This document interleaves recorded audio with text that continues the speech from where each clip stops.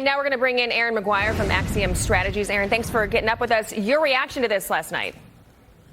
There's a lot of big stories coming out right now out of last night's election, and one of them is going to be the Latino vote in Texas. That's really what propelled James Talarico over Jasmine Crockett. And Jasmine Crockett is set to likely, this will likely be the end of her political career as we know it. She had to not run in the primary for her House seat, so I imagine you'll see her leftist nonsense all over the news going forward, including her election denialism here. But that Latino vote you see in Texas is going to be a key indicator going not only into the runoff for Republicans, but also into the general election. This is a base that moved quite frequently. You saw a big move in the 2024 election for those Latino voters toward Republicans. And are we going to see that pendulum swing back? With this runoff coming in May, you will see what is going to continue to be one of the most expensive primary in U.S. history. All eyes on Texas.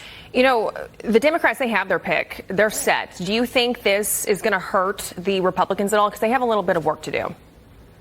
Yeah, there is going to be no love lost between Ken Paxton and John Cornyn in this, 3-month runoff, the runoff into May here. And you're going to see a lot of money, like I said, come in. Senator Cornyn had about $70 million come in to try and propel him in this primary. To Ken Paxton's about $5 million.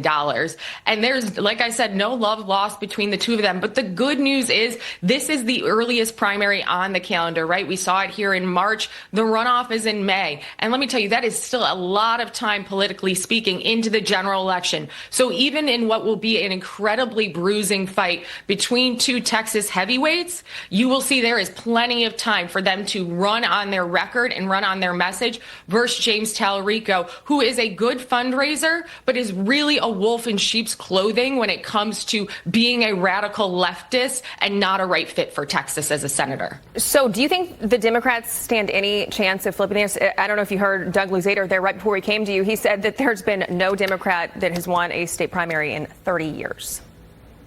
Yeah, I call it the big Texas blue fever dream they have every cycle, where Democrats play this game where they dump hundreds of millions of dollars into Texas just to light it on fire. You can look at Beto, I was born to do it, Robert Francis O'Rourke. You can look at Colin Allred. You can look at the lady in the sneakers who stood on the Texas floor. Texas Democrats are trying to play the long game here, where they think they can slowly move the electorate versus trying to win flat out. Talarico is the quote-unquote moderate that Democrats wanted versus the radical of Jasmine Crockett. But now they get to litigate Talarico's stance. He's never really had anybody push him in a race before. So this is going to be one that is going to see Democrats yet again spend a lot of money, likely, and for not the result of a victory. This will remain a Republican Senate seat. Okay, Aaron McGuire, always great to get your take. Thanks so much.